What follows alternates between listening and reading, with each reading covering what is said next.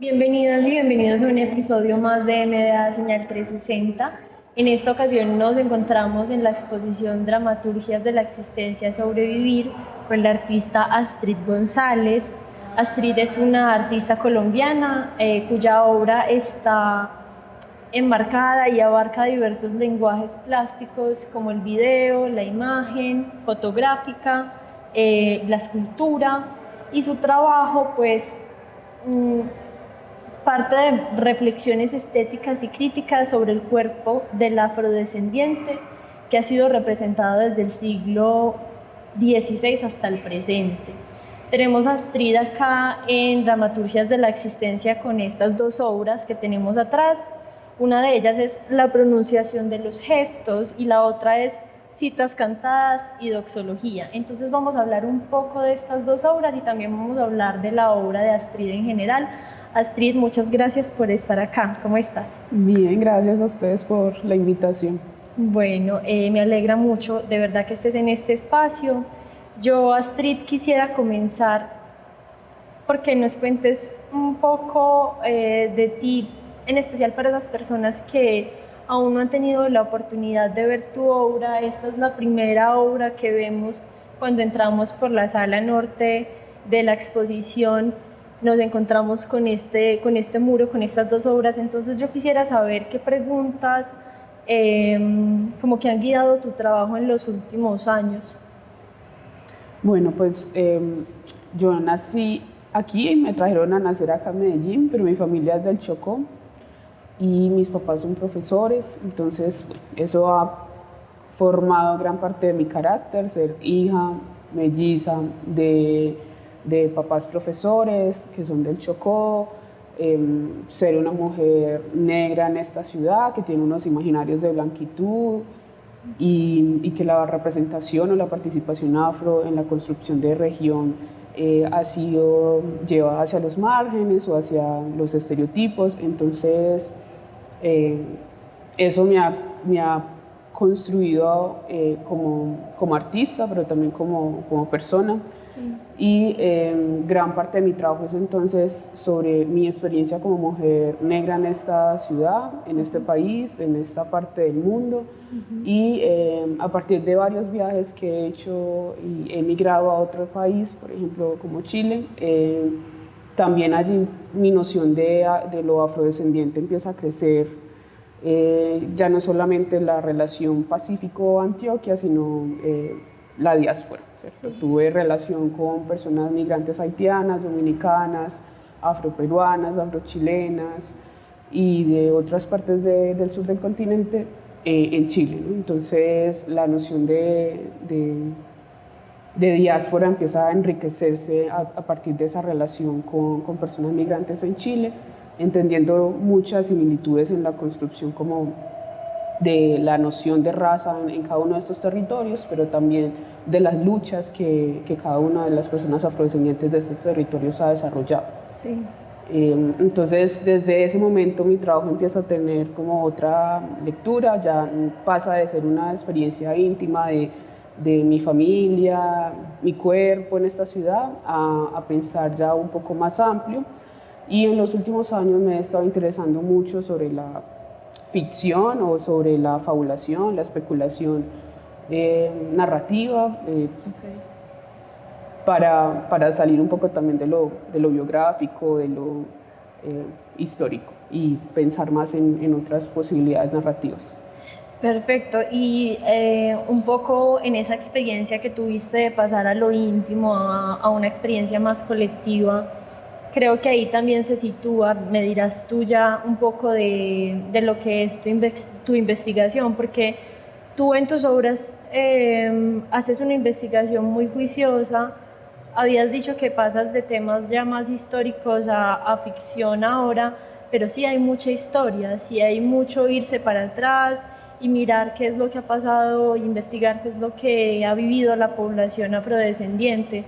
¿Cómo es ese proceso de investigación cuando se trata de una población históricamente invisibilizada y cuando también mucho se construye a partir de la experiencia y de conversar con la gente?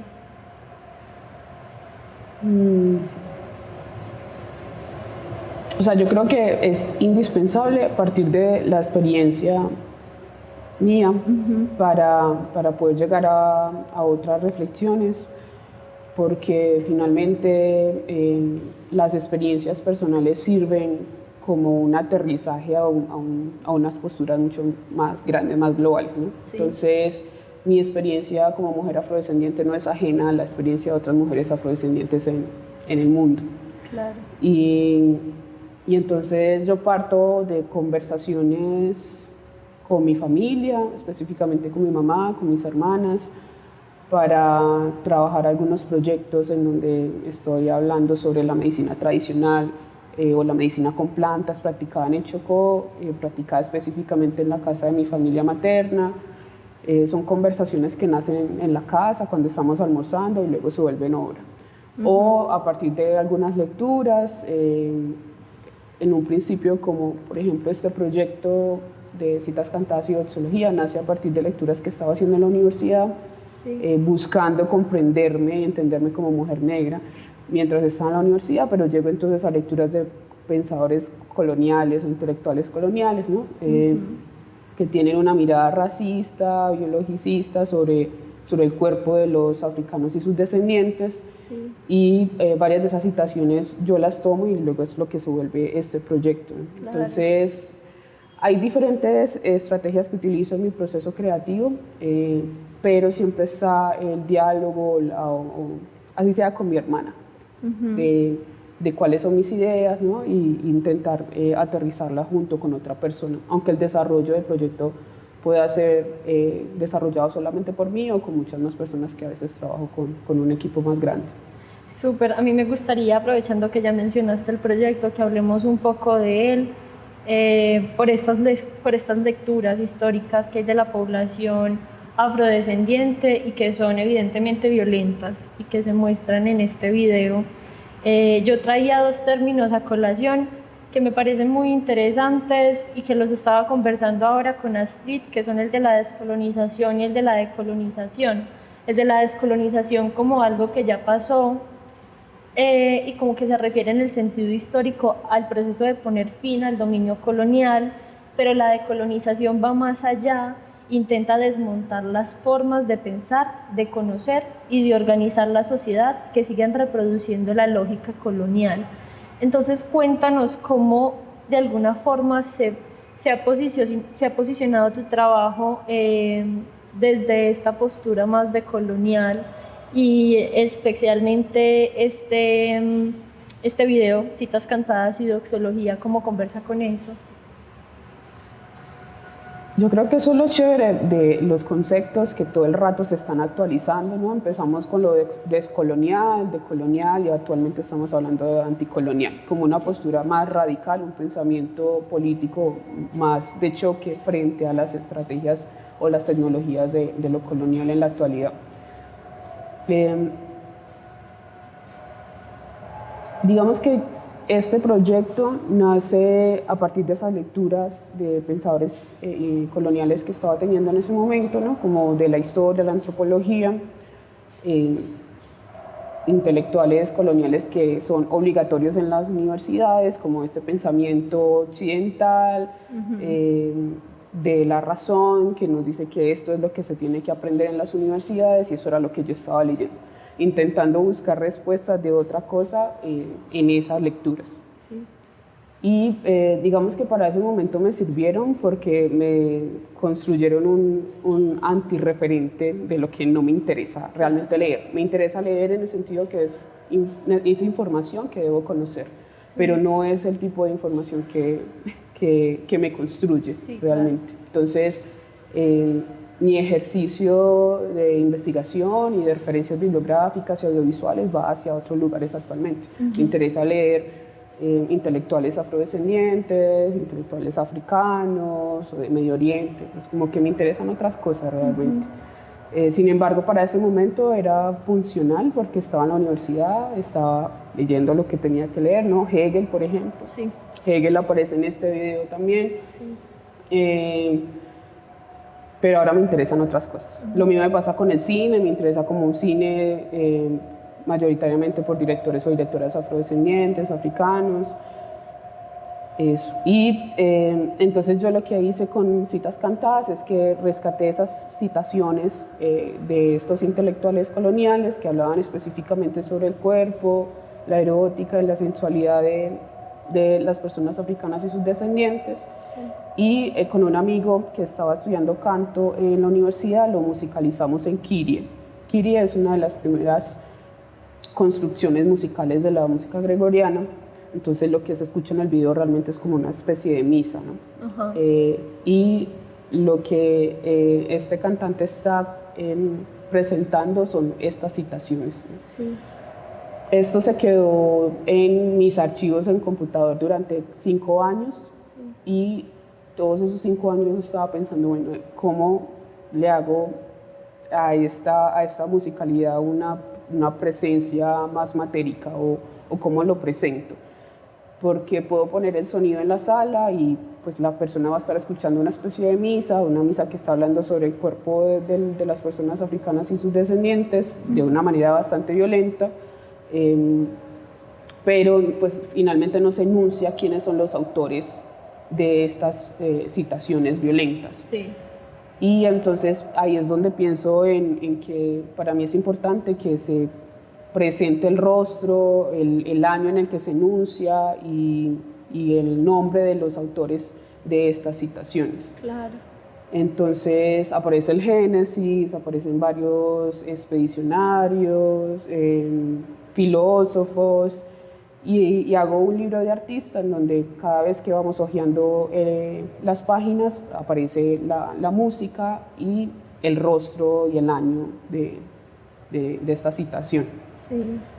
Después de eso entonces me quedo pensando como, bueno, esto es lo que estos sujetos están diciendo y es lo que construyeron como pensamiento y forma de entender el mundo y que actualmente seguimos construyendo bajo esas imágenes, pero entonces ¿cuál es una propuesta de dignificación de esas representaciones? Sí. Entonces realmente el proyecto tiene otro video que también es en orientación horizontal y es el retrato de varias partes del cuerpo de este chico, que es un chico haitiano con el que trabajé en Chile, y se escucha su respiración. Entonces, como por función de pensar también el proyecto más allá del video, hago una extracción de varios estilos del video, que serían entonces estas fotografías. Uh-huh. Y pues es también pensar como una representación bella, dignificada de ese cuerpo que estos intelectuales están enunciando desde lo animalesco, lo brutal o lo barbarie. Sí, cosificando. Y sí me parece muy pertinente eso que dices sobre mostrarlo, en especial porque son autores que todavía estudiamos y que son vigentes y que el Génesis, por ejemplo, o Hegel, como lo mencionabas, entonces darle cara a esto y saber que no son como cosas tan aisladas, ¿cierto? Sino que siguen en nuestra cotidianidad, creo que es súper interesante. ¿Cómo crees tú que se pueden cuestionar a través del arte estas ideas que hemos como normalizado durante tantos siglos? O sea, como qué poder tiene el arte ahí. Yo creo que normalmente en el cotidiano no todo el mundo está leyendo, pero sí todo el mundo está consumiendo, todo el mundo vidente está consumiendo imágenes. Sí. Prendemos el televisor, cogemos el celular, salimos a la calle, estamos consumiendo todo el tiempo imágenes. Y esas imágenes son información. Y esa información es la noción de conocimiento que nos han construido, ¿no? Sí. Entonces, digamos que para mí ser artista y construir imágenes es un ejercicio político, porque yo estoy construyendo un archivo de imágenes que va en contra de esos archivos históricos de imágenes que no dignifican o que son violentas frente a personas afrodescendientes, ¿no? Sí, cuando te refieres a construir imágenes, me gustaría que ahondaras un poquito más en ese término, porque te oí mencionarlo en algunas otras entrevistas. Es diferente crear una imagen, o sea, decías que que te interesaba como no recaer sobre los mismos estereotipos que tenemos de las personas afrodescendientes.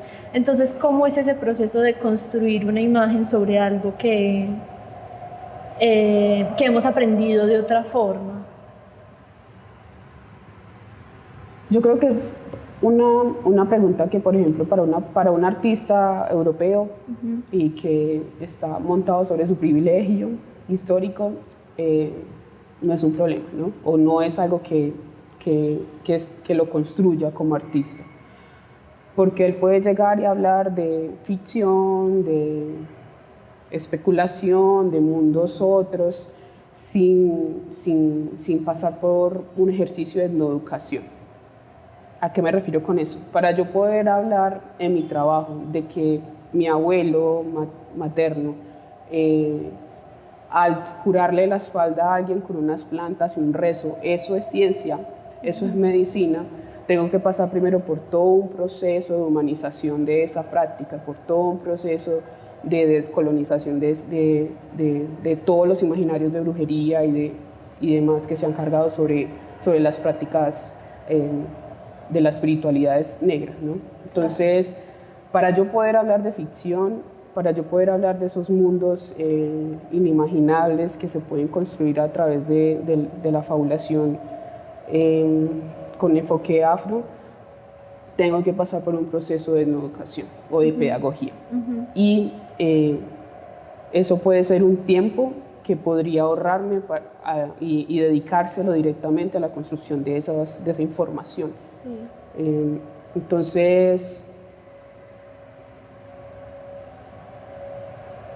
creo que hay como un ejercicio como que tengo que ser responsable con las imágenes que estoy construyendo, porque mi propósito es cuestionar directamente todas esas estrategias coloniales, esas tecnologías coloniales que han deshumanizado y han violentado históricamente a las poblaciones marginadas.